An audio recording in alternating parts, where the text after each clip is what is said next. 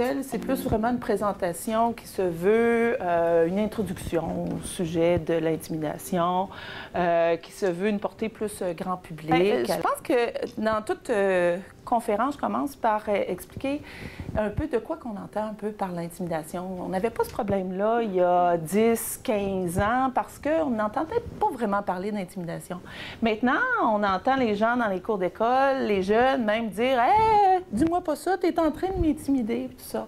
C'est quoi la distinction vraiment entre l'intimidation et la chicane entre jeunes? Hein? Parce que les deux, c'est pas des synonymes. Hein? Un comportement d'intimidation, c'est pas un comportement d'agression, qu'il soit physique, psychologique, direct, indirect, toutes les définitions que vous voulez lui donner. On parle d'intimidation quand c'est des gestes qui se sont répétés dans le temps, OK? Et qui perdurent pendant une période de temps assez courte ou longue. Ça peut être plusieurs semaines, aller à plusieurs mois, ou même pour certains jeunes qui en vivent pendant des années. Okay? C'est des gestes qui sont commis entre deux ou plusieurs jeunes et dont l'intention vraiment est de faire mal à autrui, soit physiquement, au plan de la réputation, donc au plan plus social, ou au plan psychologique ou émotionnel.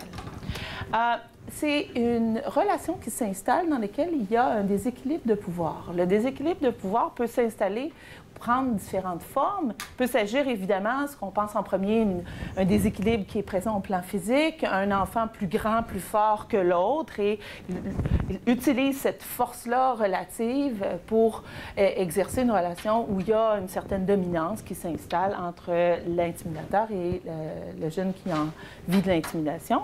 Mais aussi, il peut s'agir d'un déséquilibre de pouvoir qui s'installe au plan soit de la réputation, de la popularité, du prestige ou du nombre de jeunes qui sont impliqués, ou au plan de l'âge aussi, on peut penser. Donc, un jeune à fin du cycle du primaire qui en intimide un autre qui est en 4e année du primaire. OK? Et on parle aussi d'intimidation, quoique les critères ne sont pas nécessairement utilisés d'une façon fixe. Aussi, quand la victime vient en croire qu'il serait extrêmement difficile pour elle de s'en sortir. Alors là, on voit un certain agglomérat de critères qui fait en sorte qu'on peut commencer à penser que c'est de l'intimidation. OK? Donc, ça va bien au-delà des comportements d'agression qui peuvent être émis et subis entre jeunes. OK? Lorsqu'on fait des estimations, une estimation très conservateur va d'environ 13 % des jeunes qui vivent l'intimidation. OK? Ça varie d'une région à l'autre, d'un pays à l'autre, mais je pourrais dire que, sans trop se tromper, on pourrait facilement dire un jeune sur 5, OK? Selon différentes études populationnelles. Donc, c'est une expérience qui est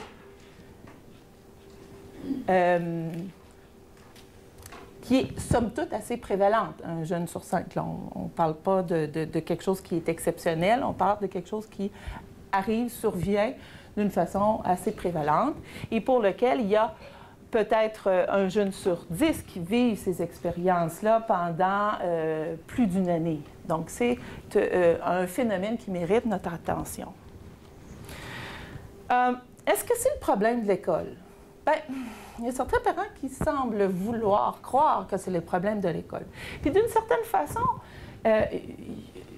ils n'ont pas raison, mais l'idée ou cette croyance-là a été mise parce que l'intimidation prend souvent place à l'école. Par contre, et bien évidemment, l'intimidation devient, au fur et à mesure que l'enfant vieillit, passe d'une forme beaucoup plus physique, donc beaucoup plus évidente pour les professeurs, les intervenants, à une forme psychologique ou sociale qui est beaucoup plus difficile à détecter pour les intervenants scolaires.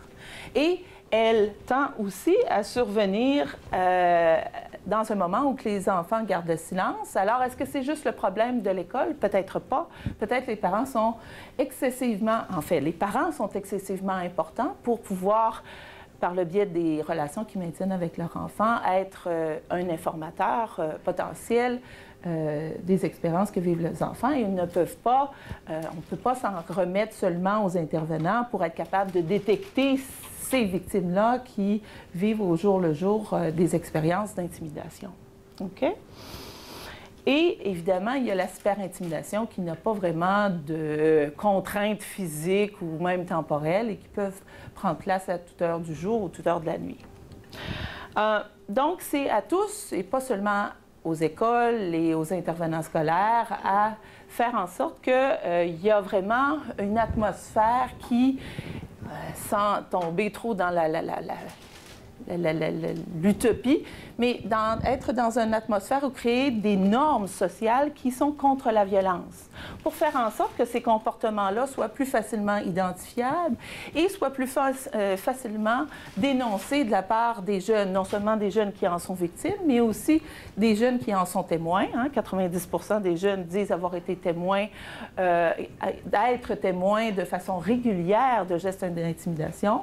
Et évidemment, ça affecte leur perception que ça pourrait un jour peut-être leur arriver, et donc les façons de s'adapter face à cet environnement-là. Okay? Et ça affecte aussi les comportements des jeunes qui intimident les autres parce qu'ils, dans un environnement où il y a une atmosphère qui est contre ce type de comportement-là, bien, ils perçoivent qu'il pourrait avoir un coût social à poser ce geste-là si ces gestes-là ne sont pas acceptés. Et pas juste pas acceptés, mais sanctionnés, et pas sanctionnés seulement de la part des adultes, mais sanctionnés de la part des autres jeunes, de leur père. Donc, pour la cyberintimidation, évidemment, on en entend beaucoup parler, quasiment plus que l'intimidation traditionnelle qu'on dit, donc l'intimidation qui arrive dans la vie réelle, si on peut dire. La cyberintimidation, en fait, j'ai formulé ça sous forme de question. Est-ce que cette cyberintimidation, pensez-vous qu'elle est plus fréquente que l'intimidation dite traditionnelle? Y en a-t-il plus que l'intimidation qui se passe dans l'école, dans les rues, etc.? Oui. Il y a plus de cyberintimidation? Ceux qui disent oui, levez votre main. En fait, non. Il y a beaucoup moins de cyberintimidation, à peu près le tiers, facilement. Le tiers moins d'intimidation qu'il y a d'intimidation traditionnelle. Est-ce que vous pensez que les conséquences de la cyberintimidation sont plus sérieuses, sévères? Notamment, un peu l'argument qu'on fait, c'est que, il y en a beaucoup, mais là, cet argument-là vient de tomber. Mais surtout que ça devient, une fois qu'il y a un post qui est fait, ça devient incontrôlable, le matériel peut entrer en contact avec la jeune victime en tout temps. Il n'y a plus cette protection-là de physique de la maison, cette distance-là de l'école qui donne un certain repos à la victime et qui, donc, si elle est en contact avec certains réseaux sociaux, peut être affectée de commentaires ou de messageries, textes ou par le biais des médias sociaux en tout temps. Mais est-ce que vous pensez que les conséquences de la cyberintimidation sont plus sérieuses et sévères? Oui. Levez votre main, ceux et celles qui pensent oui. Et en fait, on n'a pas d'évidence qui suggère ça. En fait, au-delà des expériences traditionnelles de victimisation, il est très difficile, pour l'instant, avec les recherches qui ont été faites jusqu'à maintenant, de bien détecter un coût supplémentaire à être victime de cyberintimidation. Parce que la plupart des victimes d'intimidation traditionnelle, donc à l'école, dans les milieux de transport, sont aussi victimes de cyberintimidation. Et ceux qui sont les victimes des deux formes d'intimidation, on ne voit pas vraiment d'effets additionnels ou d'effets plus importants qu'on pourrait détecter sur leur fonctionnement. Okay? Donc, il n'y aurait pas de coût supplémentaire. Par contre, bien évidemment, la cyberintimidation, on en entend beaucoup parler, mais il y a assez peu de recherches empiriques assez solides qui ont été faites sur le sujet. Donc, peut-être que c'est voué à changer de la façon dont les jeunes utilisent les médias sociaux et de la façon que ça fait partie de leur quotidien, peut-être que c'est voué à changer. Mais pour l'instant, il n'y a rien qui nous permet de croire que l'impact de la cyberintimidation est beaucoup plus important que l'intimidation traditionnelle. Et les nouvelles technologies ont fait augmenter la prévalence de l'intimidation. Là, encore là, je vous fais fi, mais là, je pense que vous savez, après 2 fois, vous n'êtes pas fait prendre pour une 3e fois, qu'il n'y a pas vraiment d'augmentation abrupte, notable, exponentielle de la cyberintimidation comme on le pensait depuis les dernières années. On s'est dit, bien là, moi, je ne sais pas pour vous, là, mais moi, j'ai eu mon premier cellulaire, je pense que j'avais 25 ans. J'étais peut-être en retard, mais c'était un peu ça dans le temps. C'est pas tout le monde qui avait un cellulaire. Mais maintenant, les jeunes ont des cellulaires beaucoup plus rapidement, beaucoup plus jeunes. Et on note pas d'augmentation très importante, dramatique de la cyberintimidation. Tout ça ne veut pas dire que la cyberintimidation ne mérite pas d'être identifiée comme un problème en soi, mais je pense qu'elle pourrait être vue jusqu'à maintenant plus efficacement comme une autre façon d'intimider. Comme l'intimidation physique, sociale existe, mais c'est une autre forme qui utilise une plateforme différente, mais qui rend compte quand même d'une même problématique de relations interpersonnelles. L'intimidation, bien, souvent, je vous dirais maintenant, c'est plus un genre de mythe qu'on a vraiment à dénoncer, mais souvent l'intimidation était vue comme un genre de rituel de passage. C'est quelque chose qui arrivait à l'adolescence, qui survenait pour beaucoup de jeunes, puis ben, il ne fallait pas en faire trop plat parce que de toute façon, tous les jeunes allaient s'en sortir, puis ça faisait partie de ce que c'était d'être un jeune. Il allait avoir des chicanes, puis il allait avoir des gens qui allaient avoir plus de difficultés à émerger auprès d'un groupe et allaient avoir probablement plus de difficultés. Maintenant, on sait bien que l'expérience d'intimidation est associée à une série de difficultés, bien évidemment pour pas tous les jeunes, mais de difficultés qu'on parvient à identifier d'une façon assez claire dans des devis d'études longitudinales qui exercent un fort contrôle pour des variables confondantes et on est capable d'identifier toute une série de problèmes émotifs ou comportementaux associés à ces expériences-là. On peut penser, bon, problèmes d'anxiété, de symptômes dépressifs, problèmes d'estime de soi, des problèmes de comportement et même de comportements d'intimidation qui sont émis soit d'une façon concurrente ou subséquemment avoir vécu eux-mêmes des expériences de victimisation, d'intimidation. Un rendement scolaire qui pourrait, pour certains des jeunes qui en sont victimes, décroître au fur et à mesure que l'intimidation survient, perdure ou devient plus sévère. Et évidemment, un problème dans les relations sociales. Je voulais quand même finir par quelque chose qui était un petit peu plus positif. C'est pas tous les jeunes qui vivent des conséquences négatives qui semblent perdurer dans le temps suite aux expériences d'intimidation. On parle dans ce cas-là du concept plus général de la résilience où qu'on identifie certains jeunes qui, même si ces expériences-là ne sont jamais plaisantes à vivre, même s'il y a des émotions négatives qui sont vécues en regard des expériences d'intimidation, bien entendu, mais on regarde que ces jeunes-là, malgré la sévérité des comportements d'intimidation ou la persistance des comportements d'intimidation dont ils ont fait face, leur rendement ou leur fonctionnement est, somme toute, assez bon. Pas supérieur. Hein? La résilience, c'est pas le fait d'avoir un rendement supérieur ou un fonctionnement supérieur à ce à quoi on s'attend, mais considérant les difficultés qui ont fait face, le fonctionnement est relativement bon. Et sinon supérieur à d'autres jeunes qui ont vécu les mêmes types d'expériences ou la même sévérité. Qu'est-ce qui semble, pour l'instant, avec la recherche qu'on a sur le sujet, identifié comme étant des facteurs de résilience? Bien, d'abord, c'est le soutien de la famille et des amis, le fait d'avoir un ami va influencer d'une façon importante les conséquences négatives qui sont vécues pour les victimes. Donc, il n'y a pas besoin d'en avoir 10 000. Le fait d'en avoir une, mais une vraie relation, là, qu'on dit réciproque avec un jeune, pour lequel il y a l'impression vraiment qu'il y a quelqu'un d'autre qui est là pour lui et qui l'écoute. Ce jeune-là n'a pas besoin non plus d'être nécessairement à l'école. Ça pourrait être un ami dans un sport, dans une activité parascolaire, etc. Donc, ça fait toute la différence. Tu sais, des fois, on a besoin d'avoir un plan d'intervention puis de cerner des cibles réalisables et à court à moyen terme, mais des fois, ça devient comme une cible qui pourrait être envisagée pour certains de ces jeunes-là. Un environnement qui condamne la violence, bien là, ça implique davantage d'acteurs, bien évidemment, le fait de changer les normes sociales qui gouvernent les écoles, mais aussi la maison, hein?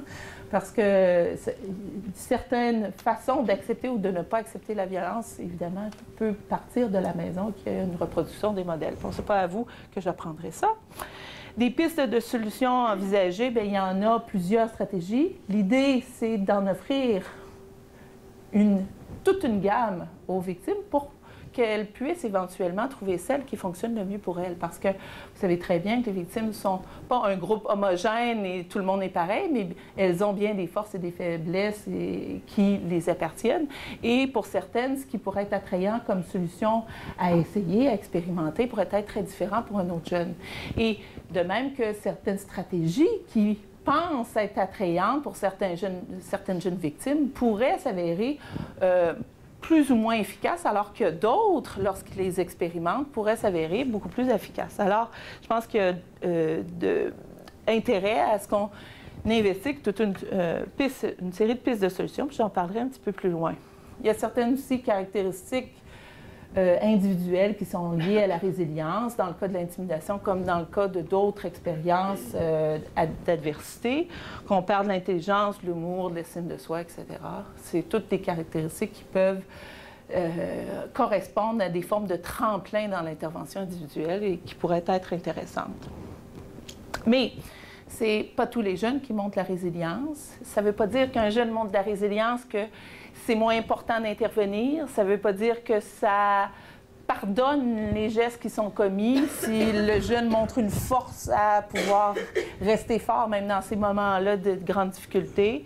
Et il est important d'intervenir, non seulement auprès des jeunes qui vivent des difficultés clairement observables, mais auprès aussi des jeunes qui en sont victimes, mais qui apparaissent bien fonctionner malgré tout. OK? Bon, là, je vous ai fait un peu un portrait assez rapide de l'intimidation et des conséquences qui sont habituellement identifiées en regard de ces expériences-là. Maintenant, comme on le fait aussi dans le cadre de la maltraitance, par exemple, bien, on identifie toute une série de difficultés qu'on connaît assez bien, je vous dirais, malgré tout, depuis les 40-50 dernières années. Il y a tellement d'études avec différents devis de recherche qui ont été menés qu'on a une bonne idée des difficultés qui sont habituellement associées. On sait assez bien que l'environnement, au-delà de... Donc, quand on parle de maltraitance, mais maintenant aussi, on a des indices au plan de la recherche pour nous dire que pour l'intimidation, même au-delà des caractéristiques individuelles, des facteurs confondants, on arrive à bien déterminer que ces expériences-là augmentent le risque d'une série de difficultés présentes dans une série d'aires du fonctionnement du jeune. OK? Maintenant, l'idée, c'est qu'est-ce qu'on fait avec cette connaissance-là que je qualifierais comme plus descriptive. On le sait, c'est associé, on a une association qu'on voit, elle est récurrente, elle subsiste à des tests empiriques beaucoup plus conservateurs. Qu'est-ce qu'on fait avec ça? Bien, on essaie d'intervenir dans les écoles pour qu'il y ait moins d'intimidation, hein, on dirait, comme on essaie dans la société d'intervenir pour qu'il y ait moins de pauvreté, moins de maltraitance, oui. Vous êtes tous engagés intimement dans cet objectif-là. Mais au-delà de ça, je pense que l'idée, c'est aussi de commencer à comprendre de quelle façon ces expériences-là en viennent à exercer auprès de certains jeunes un impact négatif sur leur fonctionnement intérieur. Et pourquoi et de quelle façon on arrive à expliquer que ces expériences-là vécues à 5 ans, à 10 ans, à 15 ans, exercent toujours 10, 15, 20 années plus tard un effet négatif sur le fonctionnement de la personne, même une fois qu'elle est devenue adulte. Okay? Comment on explique? Quels sont les mécanismes impliqués? Donc, de passer d'une perspective beaucoup plus descriptive à décrire l'association entre ces expériences négatives-là et les difficultés vécues plus tard ou de façon concurrente aux expériences négatives, et d'adopter une approche, en plus des études cliniques qui visent à diminuer ces expériences-là, mais une approche aussi beaucoup plus mécanistique, chercher à comprendre le comment. C'est pas un ou l'autre, bien entendu. Ce sont des angles de recherche qui doivent être faits d'une façon complémentaire l'un à l'autre. Et à cet égard-là, évidemment, le système lié à la réactivité au stress a été identifié comme étant un mécanisme probablement fortement impliqué dans le maintien de ces expériences-là, dans la difficulté qu'on observerait chez certains jeunes suite à ces expériences-là, et la façon dont ces expériences-là laissent une trace, si vous voulez, sur le fonctionnement du corps.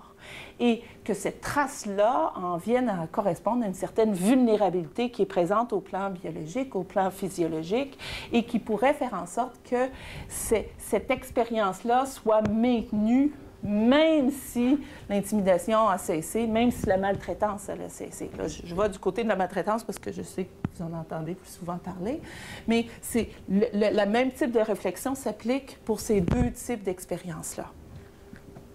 Donc, le stress est vécu habituellement, quand un individu perçoit dans son environnement quelque chose qui est menaçant. Okay? Donc, il y a de temps en temps des expériences qui sont jugées comme étant un stresseur absolu, que peu importe le fait qu'on est différent ou pas ici dans ce groupe-ci, s'il y a quelqu'un qui arrive puis ouvre la porte puis dit « il y a le feu », on risque de pas mal tout être stressé, OK? Puis de sortir. Par contre, on va ici un à la fois, chacun notre tour en avant, faire une présentation, mais ça se peut qu'il y ait du monde qui soit très stressé à l'idée de présenter en public, alors que d'autres, on ne notera pas au plan physiologique ou même au plan de la façon de s'exprimer ou le comportemental, des signes très importants de stress. OK? Donc, il y a la plus grande partie de nos stresseurs sont des stresseurs dits relatifs. OK? Donc, ça dépend. L'impact que ça va avoir sur le corps, mais aussi sur notre fonctionnement, va dépendre de l'interprétation qu'on fait d'une situation donnée. Et habituellement, on arrive à identifier ou à comprendre une situation au regard de 4 dimensions qui sont jugées comme étant importantes pour être capable de susciter un stress dans le corps. OK?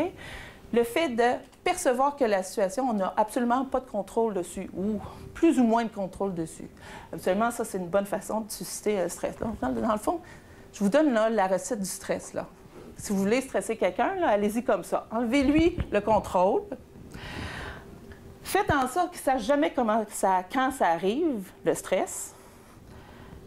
Assurez-vous qu'il n'a jamais vécu cette expérience-là, ou très peu fréquemment. Et assurez-vous que son ego sera menacé, soit en sentant que sa survie physique en dépend, ou soit que sa place dans la hiérarchie sociale, sa réputation en dépend. Si vous arrivez à jouer sur une de ces 4 dimensions-là, vous allez probablement être capable d'induire un stress chez une personne. Okay? Il y a des gens qui sont beaucoup plus susceptibles à vivre un stress lorsqu'il y a une absence de contrôle, alors que pour d'autres, c'est vraiment la nouveauté qui fait vraiment susciter un stress. Alors là, c'est plus la question de mieux se connaître puis savoir qu'est-ce qui est pour nous un déclencheur d'un stress et dans quelle situation on risque plus de vivre du stress. Physiologiquement, lorsqu'il y a une situation qui est justement détectée comme étant stressante, là, je vous épargne toutes les structures cérébrales, c'est pas ça le but, mais ça part du cerveau, ça se rend par le biais du système sanguin tout haut de nos reins, dans les glandes surrénales. Et là, il y a la sécrétion de cortisol. C'est au même endroit ou à peu près au même endroit qu'on sécrète la noradrénaline, l'adrénaline, qui sont aussi sécrétées en cas de situation de stress. Vous connaissez les effets de l'adrénaline et de la noradrénaline. L'adrénaline, ce qui vous permet d'avoir une force surhumaine. Vous êtes capable de soulever une auto pour sauver votre enfant. Ça, c'est l'adrénaline qui joue. La noradrénaline, c'est ce qui vous fait sentir stressé lorsqu'il y a une situation qui arrive. Alors, là, les sueurs, les pupilles qui se dilatent, le rythme cardiaque qui augmente, le système digestif qui se ralentit, tout ça, c'est l'effet de la noradrénaline. Le cortisol, c'est une autre hormone liée au stress qui est sécrétée d'une façon beaucoup plus lente comparativement à l'adrénaline et la noradrénaline qui prennent quelques secondes. Le cortisol, ça prend une bonne dizaine de minutes avant que ça se rende, 5-6 minutes avant que ça se rentre dans le sang, puis que ça remonte au cerveau. Donc, c'est beaucoup plus lent. Je veux dire, c'est pas si lent que ça, là, mais quand même, si on regarde ça à une autre échelle, c'est assez lent. Et vous ne le sentez pas, l'effet du cortisol. OK? Vous ne pouvez pas savoir si elle est là, s'il y en a trop, s'il y en a moins. L'adrénaline, la noradrénaline, vous allez pouvoir le savoir. C'est un problème d'une certaine façon parce qu'il est difficile de vraiment sentir est-ce que vous êtes stressé. Et certaines fois, notre tête est tellement forte, on a l'impression qu'il nous manque du temps, qu'on a trop de choses à faire, on dit on est stressé, mais stress, c'est pas ça. Lorsque vous vivez beaucoup d'adrénaline, l'adrénaline s'en va rapidement. Qu'est-ce qui fait que d'une façon prolongée, vous allez être exposé à beaucoup de cortisol, vous ne pourrez jamais le savoir. À moins que vous testez, vous envoyez ça dans les laboratoires et tout ça, vous ne pourrez pas le savoir. Alors, c'est une hormone qui est d'une certaine façon assez insidieuse.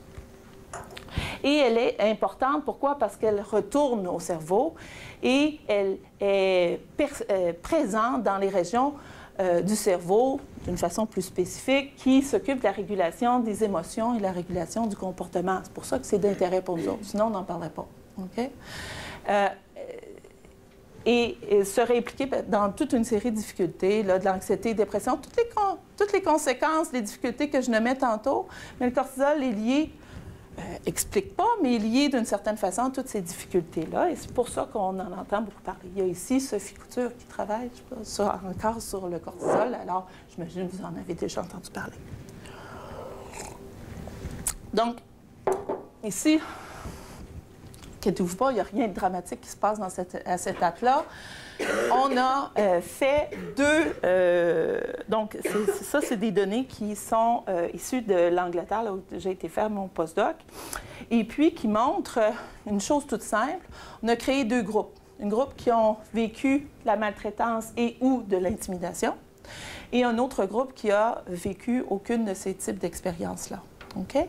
Et on les a invités à l'âge de 12 ans à venir en laboratoire et on leur a exposé à une situation de stress qu'on dit standardisée. Alors, ils devaient venir faire un test arithmétique très difficile, que moi, j'avais de la difficulté à faire. Alors, donc, ils étaient exposés à l'échec. Tout ça, il était filmé. Il y avait 2 personnes en petite affaire de laboratoire. Donc, c'est vraiment une façon standardisée qui est reconnue pour être capable d'induire un stress fiable auprès des personnes. Et puis après ça, il y avait à raconter une expérience de vie difficile qu'il avait vécue à l'école. Okay? Qu'est-ce qu'on note? Ici, ce sont les gens qui n'ont pas vécu d'expérience de maltraitance ni d'intimidation. Okay? C'est les personnes qu'on dit contrôle, là, les participants contrôle. Qu'est-ce qu'on s'aperçoit? C'est qu'avant le début de la situation stressante qu'on leur fait vivre en laboratoire, les contrôles et les victimes sont pareils. Okay? On ne note pas de différence notable au plan de la sécrétion de leur cortisol. Vous me suivez? Ici, pour les gens qui n'ont pas vécu des expériences de maltraitance ni d'intimidation, on observe, comme on devrait le voir, c'est quelque chose de stressant, il faut que notre corps réagisse. Si on veut être capable de bien fonctionner, bien s'adapter à ce stress-là qu'on perçoit dans notre environnement. Il n'y a rien de pire de ne pas être capable de sécréter du cortisol lorsqu'on a besoin d'être actif, parce que le cortisol, c'est une bonne chose. Hein? Tout vient avec modération, on vous dirait, alors que le stress, c'est une bonne chose. Quand il y en a trop, c'est problématique. Quand ça perdure dans le temps, c'est problématique. Mais quand il n'y en a pas assez, c'est problématique aussi. Ce qu'on s'est aperçu, c'est que les victimes, eux, n'arrivaient pas à montrer cette réponse-là attendue à la situation stressante. OK? Donc, au départ, on pensait, puis là, ça fonctionne la même chose pour la maltraitance. Hein? On observe ces 2 patrons-là qu'on n'arrive pas tellement bien à comprendre. Pourquoi, dans certaines études, les enfants ou les adultes qui ont vécu des expériences de violence, par exemple, parfois, dans une situation stressante, ils sécrètent beaucoup plus que la normale, et dans d'autres situations, ils sécrètent beaucoup moins. Okay? On n'arrive pas tellement bien à comprendre cette espèce de 2 profils de sécrétion inadaptée. Okay? Il y a plusieurs hypothèses qui sont émises et qu'on continue à regarder. Premièrement, la situation d'adversité est vécue quand au cours du développement? Il y a des périodes du développement dont le cerveau et plusieurs structures qui sont impliquées dans la régulation du cortisol qui sont beaucoup plus sensibles à l'impact de l'environnement. Peut-être une première chose, la sévérité Est-ce que être victime d'un petit peu d'intimidation, vous direz, là, les mots sont peut-être mal choisis, mais un petit peu de maltraitance, bien, peut-être que c'est lié à une sécrétion qui est plus basse, alors que les expériences très traumatiques ou aiguës ou qui sont vraiment sévères sont liées à une hypersécrétion. C'est possible. Est-ce possible aussi qu'il y ait certains jeunes, de par leurs caractéristiques individuelles, soient plus susceptibles, lorsque confrontés à des contextes d'adversité, à montrer un type de profil de réactivité plutôt qu'un autre et ainsi être manifester des difficultés qui sont aussi différentes et qui montrent deux profils. Parce qu'une faible sécrétion cortisolaire tend à être associée d'une façon plus forte à des problèmes de comportement externalisés, alors qu'une plus forte réactivité cortisolaire, une hyper-réactivité, serait associée plus à des problèmes des difficultés plus internalisées, donc l'anxiété, dépression, etc. Donc, est-ce qu'il y aurait un certain profil d'individu qui, confronté au même type d'adversité, pourrait montrer deux types de conséquences que l'on arriverait aussi à détecter au plan physiologique. Vous me suivez? OK. Maintenant, bon, c'est bien beau le cortisol, là, mais est-ce que c'est associé à quelque chose qui est pertinent hein, dans le fonctionnement de ces jeunes-là? Ce qu'on s'est aperçu, c'est que les victimes pour lesquelles il y avait moins de réactivité cortisolaire. Vous vous souvenez que les victimes, en général, montraient une hyporéactivité, moins de réactivité, sécrétaient moins de cortisol en situation de stress. Mais ceux-là qui en sécrètent encore moins dans le groupe vivent plus de problèmes sociaux et plus de problèmes externalisés. Okay? Alors que les différences individuelles présentes dans le groupe qui n'ont jamais été exposées à de la maltraitance ou à de l'intimidation, on ne voit pas cette association-là en regard de leur fonctionnement. Okay? Donc, le cortisol semblerait, du moins selon cette étude, mais c'est aussi le cas dans d'autres études, être associé à des difficultés. Est-ce que c'est un corrélat, simplement quelque chose qui marque la présence d'une difficulté? Est-ce que c'est un facteur qui est impliqué dans la chaîne causale liant l'expérience d'adversité aux difficultés du fonctionnement? Là, ça reste à être déterminé. On n'en est pas encore rendu là. Maintenant, je vais vraiment pousser ma loque, puis je vais aborder un peu plus profond encore. Je passe du système de stress à nos gènes. Okay? Nos gènes, vous savez, ils ne changent pas, ou ils changent très peu, par qu'il y a d'exposition de la radioactivité ou d'une façon aléatoire comme ça, là, quand on vieillit, c'est plus difficile pour nos cellules de se reproduire notre séquence d'ADN d'une façon très fiable et valide. Il se produit des erreurs. Okay? Mais au-delà de ça, nos gènes changent assez peu. Ce qui change, par contre, c'est ce qu'on commence à parler depuis environ un bon 10 ans, c'est la méthylation de l'ADN ou l'épigénétique. En avez-vous déjà entendu parler? Non? Un petit peu. L'épigénétique, c'est comment l'environnement, là on inclut plein de choses dans l'environnement. On peut inclure les aspects nutritionnels, la pollution atmosphérique, manger du thon lorsqu'il y a beaucoup de mercure dedans, et on inclut aussi les aspects sociaux. Est-ce que tous ces environnements-là ont la capacité de changer la façon dont les gènes fonctionnent? Imaginez-vous avoir un livre. OK? Votre code génétique, votre ADN, ce sont toutes les lettres qui sont écrites. Chaque phrase donne un message, vous lisez toute une série de lettres et phrase par phrase, vous décodez un message. Ben, c'est ça l'ADN. L'épigénétique ou la méthylation de l'ADN, c'est une forme de mécanisme épigénétique. C'est comme si vous viendriez avec votre crayon de plomb bariolé sur certains passages du paragraphe. Alors, il y a certains messages qui ne sont plus détectables, OK? Et qui ne peuvent plus être passés à l'environnement cellulaire et donc affecter le fonctionnement. OK? Donc, les lettres en dessous de ce bariolage-là de plomb demeurent les mêmes. La séquence d'ADN n'est pas changée. Mais c'est comme si elle était changée dans le fonctionnement parce que le message n'arrive plus. Il est bloqué.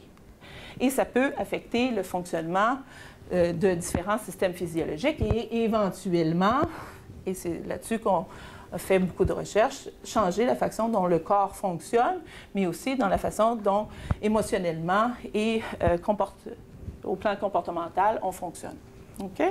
Donc, ici, c'était une autre étude que j'ai faite pendant le postdoc, dans laquelle là, on avait un groupe de victimes et non de victimes seulement d'intimidation. OK? Tout le monde, on avait contrôlé pour toute une série d'autres facteurs confondants d'une façon plus importante. C'était tous des jumeaux identiques pour lesquels un des jumeaux avait vécu de l'intimidation par les pères et l'autre ne l'avait pas été. Ce qui en fait un contrôle assez exceptionnel parce que génétiquement, ils sont pareils, ils vivent dans les mêmes familles. Puis après ça, et bien évidemment, il y a plein de choses qui peuvent changer entre eux, mais qu'on avait toutes bien documentées, bien mesurées, puis qu'on s'est assuré que ces groupes-là de victimes et de non-victimes n'étaient pas différents les uns des autres. Donc, on est dans un contexte, un devis qu'on dit, en français, ça se trouve là, jumeaux identiques discordants. OK? Et là, on avait de l'ADN. Bon, ça donne bien, là, c'est arrangé avec le gars des vues. On avait de l'ADN à 5 ans, donc avant que les jeunes vivent l'intimidation, et à 10 ans, lorsqu'ils en vivaient ou qu'ils en avaient déjà vécu. OK?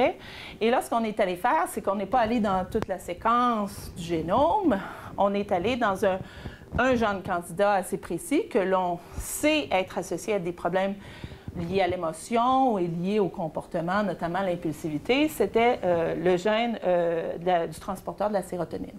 OK? Et ensuite, ce qu'on est allé voir, c'est est-ce qu'à différents endroits de ce gène-là, parce que là, imaginez-le, il est très, très grand, bien, on est allé voir la méthylation qui était présente à différents endroits de ce gène-là. Puis on a regardé, à cet endroit-là, on l'a mesuré, est-ce que les victimes ou non sont pareilles ou pas pareilles? Ce que ça dit ici, c'est qu'en moyenne, pour tous les endroits qu'on est allé mesurer à l'intérieur du gène pour le pourcentage de méthylation qui était présent, on notait une petite différence. OK? Significative, mais quand même. Là, rappelez-vous là, qu'on compare, on est dans un contexte où notre mesure de comparaison est très conservatrice. Hein? C'est quasiment un petit clone. Là, je dis ça avec beaucoup de respect, bien évidemment. Mais ici, lorsqu'on regardait, on s'est aperçu que c'était vraiment un endroit spécifique du génome qui semblait être associé davantage, pour lequel on notait une différence de moyenne beaucoup plus notable. Okay? Alors, on est allé à cet endroit-là, qu'on appelle, d'une façon très vulgarisatrice, c'est PG8. Hein? Et on est allé voir, bien, à 5 ans, avant que l'intimidation prenne place, okay? Est-ce que les jumeaux qui sont identiques, montraient une différence déjà au départ à cet endroit-là? Non. OK? C'est seulement les victimes d'intimidation qui ont montré une augmentation de la méthylation à cet endroit-là précis du génome et pour lesquels les non-victimes sont restées à peu près les mêmes. OK? Donc, il y aurait eu un changement dans la façon que cet endroit-là du génome, de ce gène candidat-là, était méthylé. OK? Bon, c'est le fun, là, mais encore là, hop, je ne l'ai pas mis.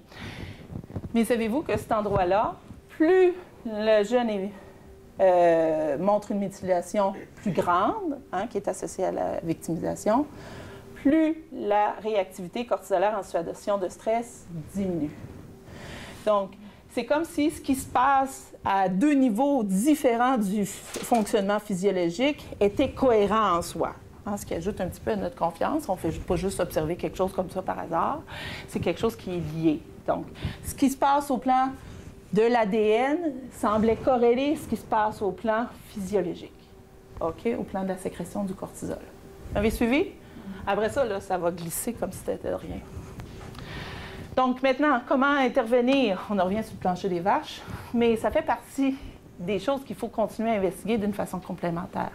Parce que ça nous permet d'aller voir, bien, est-ce qu'il y a un fonctionnement ou quelque chose, un mécanisme qu'on pourrait intervenir d'une façon plus spécifique, plus ciblée, pour essayer d'augmenter l'efficacité de nos interventions. Puis ça demeure une des façons où, même pour des gens qui ont déjà vécu ces expériences-là, comment qu'on fait pour en réduire l'impact 10 ans plus tard?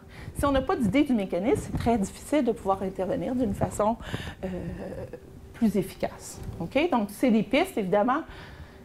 ça ne donnera rien là, dans les 5 prochaines années, dans les 10 prochaines années, mais c'est des choses qui sont poursuivies et qui reçoivent beaucoup d'intérêt en ce moment. Donc maintenant, comment intervenir auprès de l'enfant? Bien d'abord, maintenir la communication. Là, encore là, c'est le grand public. Hein? Je m'attends à ce que vous sachiez déjà tout ça, ces affaires-là. Maintenir la communication, surtout respecter le désir d'indépendance. En fonction de l'âge et du contexte. Et ça s'applique particulièrement aussi dans les cas de cyberintimidation, où beaucoup des jeunes ne veulent pas en parler à leurs parents, notamment, parce que la grande peur est, notamment, que les parents confisquent l'outil technologique. Donc, je vais t'enlever le téléphone, l'ordinateur, tu n'y auras plus accès, je vais être tout le temps assis à côté de toi pour pouvoir faire ça. Donc, il y a vraiment une réflexion approfondie à avoir avec soi-même comme parent, puis à avoir avec le jeune pour savoir elles sont où les limites, quels sont vraiment les besoins de l'enfant en regard de la surveillance que je devrais exercer, quelle est l'approche que je devrais adopter. Il n'y a pas de règles nécessairement absolues, vous le savez bien, mais il y a une réflexion approfondie qu'il faut agir et parfois, il faut se faire violence à soi comme parent et de résister à la tentation d'arrêter le problème en enlevant l'outil technologique, hein, parce que d'une certaine façon, si les jeunes utilisent tant que ça les outils technologiques, ça fait partie de leur mode relationnel, en partie. Donc, est-ce qu'on veut vraiment les punir d'être victimes d'intimidation en leur enlevant une partie peut-être de soutien qu'ils ont par le biais des médias sociaux? C'est un pensez-y bien. Il n'y a pas de règle absolue. Ce ne sera certainement pas moi qui va vous en donner une. S'assurer que votre enfant comprenne qu'il s'agit d'intimidation si c'est en ligne. Là, on prend le côté plus du jeune qui émet des comportements d'intimidation. Le fait de rien dire, c'est aussi, là, je ne dirais pas intimidateur, là, mais c'est aussi une façon de laisser glisser, et pour la victime, ça peut paraître comme si c'était accepté comme comportement. Plus pour les médias sociaux, le fait de partager quelque chose, un contenu intimidant, c'est participer à l'intimidation, et d'une certaine façon, c'est un comportement d'intimidation. Le fait de liker quelque chose qui nuit à la réputation de quelqu'un, qui permet la diffusion de mensonges ou de choses comme ça, c'est un comportement d'intimidation. Et c'est aux parents, bien entendu, mais aussi aux différents intervenants jeunesse à s'assurer que cette compréhension-là des façons d'interagir avec les autres jeunes est bien présente chez eux. Parce que, rappelez-vous, ce qui se passe en ligne, c'est d'une certaine façon un prolongement. Ce n'est pas nécessairement qualitativement si différent du mode de relation dans la vraie vie. C'est vrai que c'est différent parce qu'il y a un certain anonymat, ça peut être plus facile d'émettre du contenu intimidant en ligne et certains jeunes peuvent se laisser aller par l'effet de groupe d'une certaine façon, mais ça n'en revient pas moins que ils peuvent comprendre l'aspect relationnel qui est lié à ce type d'expérience-là. Demandez à votre enfant d'exercer du jugement. Est-ce que tu aimerais ça? Parce que certains jeunes qui se mettent aussi en situation de vulnérabilité en mettant en ligne du matériel qui pourrait leur nuire. Hein? Donc, des fois, d'une façon assez simple, c'est qu'est-ce que dirait ta grande sœur? Hein, si elle voyait ça sur Facebook. Dans 5 ans, quand tu vas essayer d'avoir un emploi, maintenant, les employeurs, ils regardent les contenus Facebook. Il y a des choses qui sont disponibles. Est-ce que tu aimerais ça que ton futur employeur voit telle ou telle image ou tel commentaire? Est-ce que tu penses que ça te nuirait? Bien, tu sais, c'est une façon de donner de l'autonomie aux jeunes tout en faisant comprendre que parfois partager du contenu avec du monde qui peuvent à leur tour partager ce contenu-là. Donc, il y a plus ou moins un contrôle qui peut s'exercer du contenu qui est mis en ligne. Ça peut les faire réfléchir. OK? Et je vais dire quelque chose d'autre.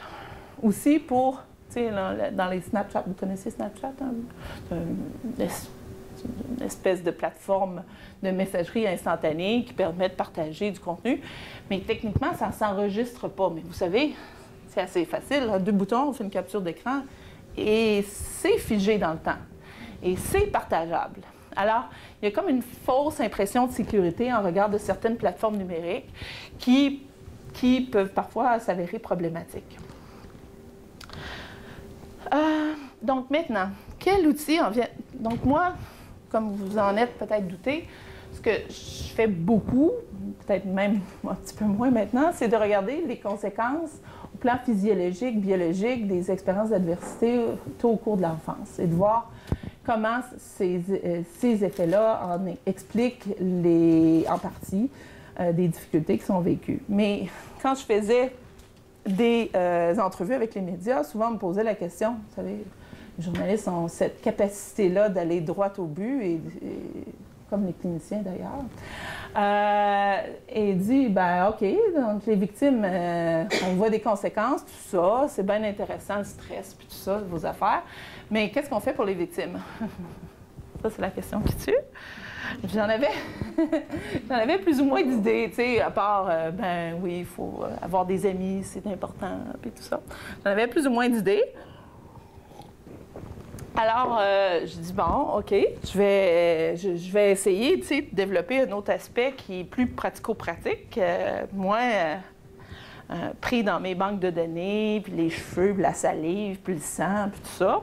Alors, il y a eu une opportunité de développer une application mobile pour les jeunes, pour n'importe quoi, mais moi, je l'ai utilisé, cette opportunité-là, pour développer une application mobile pour les jeunes victimes d'intimidation. Puis là, je vais y revenir, c'est ça que je vais décrire là, pendant le reste de la présentation.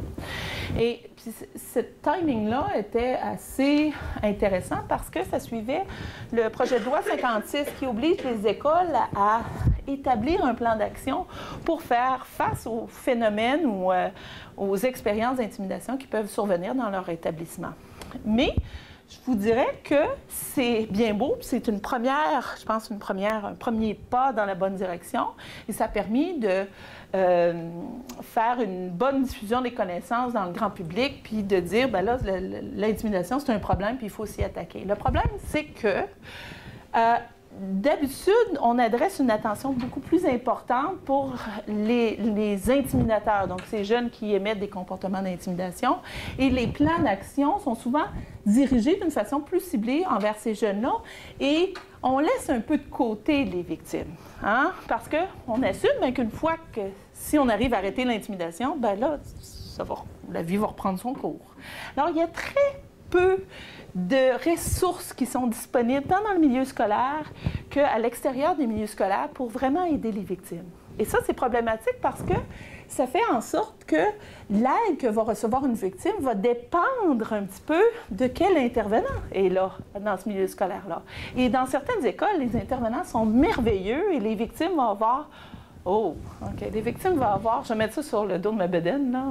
Après ça, j'irai plus vite. Donc, vont avoir accès à très peu d'aide. Mais aussi le fait que c'est que non seulement il y a très peu d'aide manualisée, donc bien standardisée pour pouvoir aider les victimes, mais aussi c'est que la plupart des victimes ne veulent pas en parler à un adulte, ni même à un autre jeune. Donc, s'ils ne veulent pas en parler, ils se retrouvent avec très peu de ressources d'aide. Okay? Donc, comment faire pour contourner ce problème-là? L'application en est une, évidemment, ça ne règle pas le problème, mais ça fait partie d'un coffre à outils qui peut être disponible pour les parents, les intervenants, puis même les jeunes sans qu'ils en parlent aux parents et aux intervenants. Je vais passer ça, je suis désolée, là, je vais devoir aller un petit peu plus rapidement. Le but de l'application, il y en a 3 principaux. Informer les jeunes sur l'intimidation. Les jeunes en entendent beaucoup parler d'intimidation, mais pas tout le temps dans la façon qu'ils sont plus disposés à écouter et dans les moments où ils sont disposés à écouter. Donc, ils en entendent beaucoup parler, mais ils en connaissent pas tant que ça ou d'une façon variable. Deuxièmement, les aider, les jeunes qui en sont victimes, à comprendre quelles sont les expériences. Là, vous allez me dire, ben, ils savent qu'est-ce qu'ils vivent, mais parfois, il y a des jeunes qui tendent à sous-estimer les expériences d'intimidation qu'ils vivent ou à surestimer. Ça devient difficile pour eux de prendre des actions qui peuvent les aider par la suite. Et ensuite, les soutenir dans un choix de stratégies qu'ils peuvent expérimenter afin de déterminer lesquelles sont les plus utiles pour eux autres. Et ça prend différentes formes. Très rapidement, on s'est dit, pas de texte dans cette application-là. Il faut tout que ça passe d'une façon vidéo, des affaires de fun. Okay? Alors, on demandait à une série de personnalités jeunesse de venir enregistrer des petites capsules. Ça a pris un temps fou. Et là, on a eu Yann Englund qui est venu, Frédéric Dufort, bon, en tout cas, je vais mentionner au mieux la prochaine fois, je m'en souviens. Marie-Claude Saint-Laurent, tous les gens, là, VRAC TV, là, vous allez pouvoir aller voir, là, c'est ça d'Internet, qui sont venus, Jasmin Roy, qui sont venus d'une façon totalement bénévole, faire une petite capsule vidéo. Nous autres, on s'est dit, ben c'est Yann Englund qui parle, ça se peut que nos adolescentes risquent de le regarder au moins une fois, OK? Juste pour s'assurer qu'elles aient été exposées à l'information qu'on voulait leur donner. Okay? Ce qu'on s'est aperçu, par exemple, c'est que les victimes, quand ils vivaient des mauvaises journées, puis on l'a fait par des études qualitatives, ils arrivaient à la maison et ils regardaient en chaîne les vidéos. Pourquoi? Ils avaient l'impression qu'il y avait quelqu'un de l'autre côté qui comprenait ce qui leur arrivait et qui partageait, qui avait, d'une certaine façon, de la façon qu'ils décrivent, qui étaient intéressés à comprendre leurs expériences. Okay? C'est de la façon dont ils nous expliquent.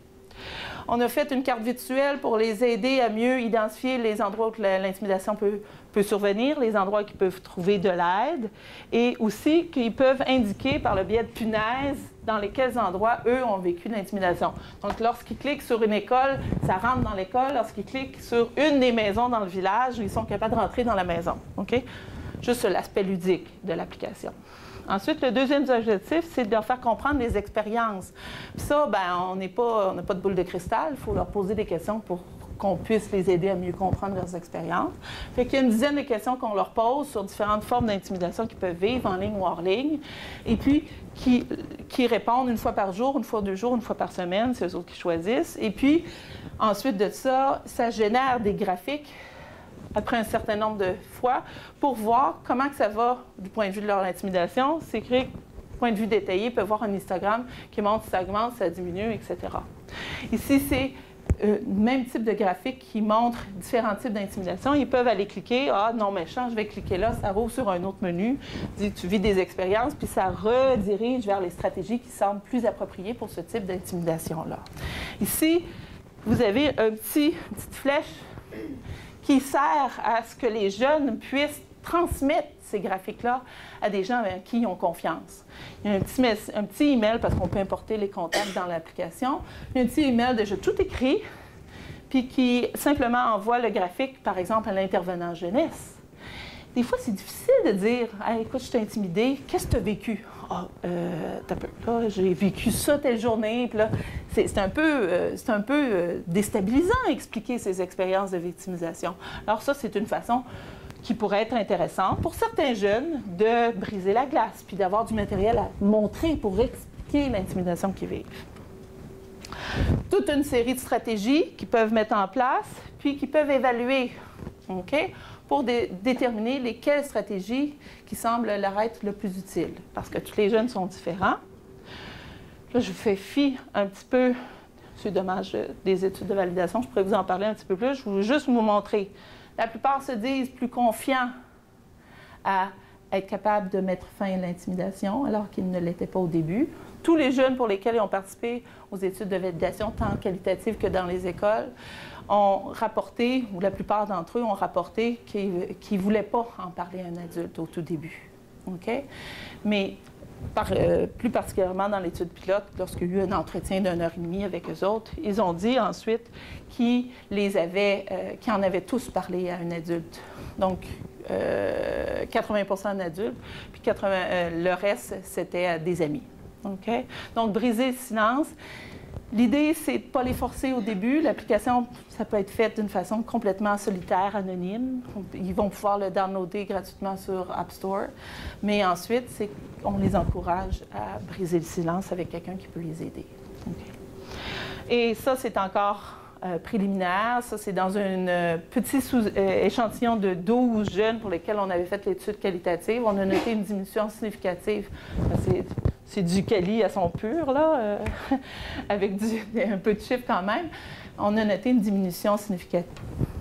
qu'on voit être significatives entre les expériences de victimisation rapportées avant le début de l'utilisation de l'application, puis après 4 semaines plus tard. Okay? La ligne est ici le seuil qui est déterminé par l'instrument de mesure pour identifier une victime. Okay? Donc, plusieurs des victimes, après avoir utilisé plus fort, rapportent des expériences qui ne les feraient plus être identifiées ou assignées dans un groupe de victimes. Dans les écoles, on note exactement le même patron. Donc, pour l'instant, ça ne semble pas être quelque chose qui est spécifique à notre étude de validation qualitative, mais qu'on semble aussi voir avec les différentes vagues de validation. D'autres outils disponibles, on est à veille de mettre en ligne d'une façon officielle un site web où les parents, les intervenants, les jeunes vont pouvoir trouver différents types d'informations sur l'intimidation et vont pouvoir évidemment télécharger l'application via ce site-là. On a aussi écrit, c'est le PDF, un guide à l'intention des intervenants et des parents pour avoir plus d'informations sur l'intimidation, mais aussi savoir comment utiliser l'application s'ils en sont intéressés dans le milieu scolaire ou autre. Prochaine étape, on est à veille de terminer notre dernière vague d'études de validation, donc c'est presque fini.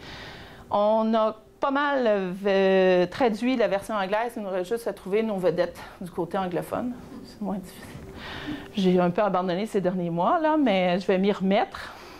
On va avoir la version Android, c'est bien beau iPhone, là, mais ce n'est pas tous les jeunes qui ont des iPhones. Il nous faut la version Android, ça va être fait cet été. On a réussi à avoir le financement pour ça.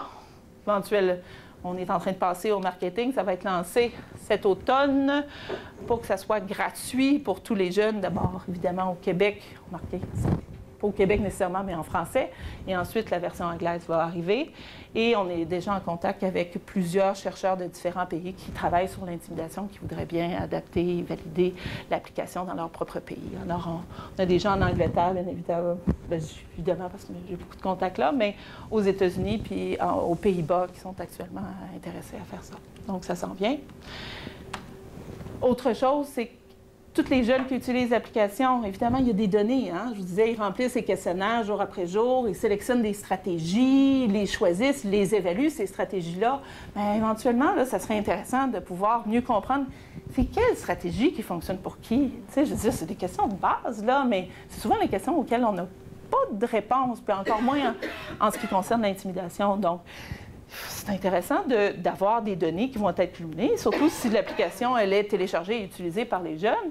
Bien, s'il y a un 2000, un 3000, un 10 000 de jeunes qui utilisent pendant une semaine, 2 semaines, 3 mois l'application, il faut être capable de capitaliser sur l'information qui sont là. Donc, on vient d'être accepté pour créer une banque de données pour pouvoir recueillir ces informations-là et demander le consentement du jeune qui peut être mineur en ligne pour pouvoir utiliser les données et bien évidemment à des buts exclusifs de recherche et de transfert des connaissances. Et voilà certains de nos partenaires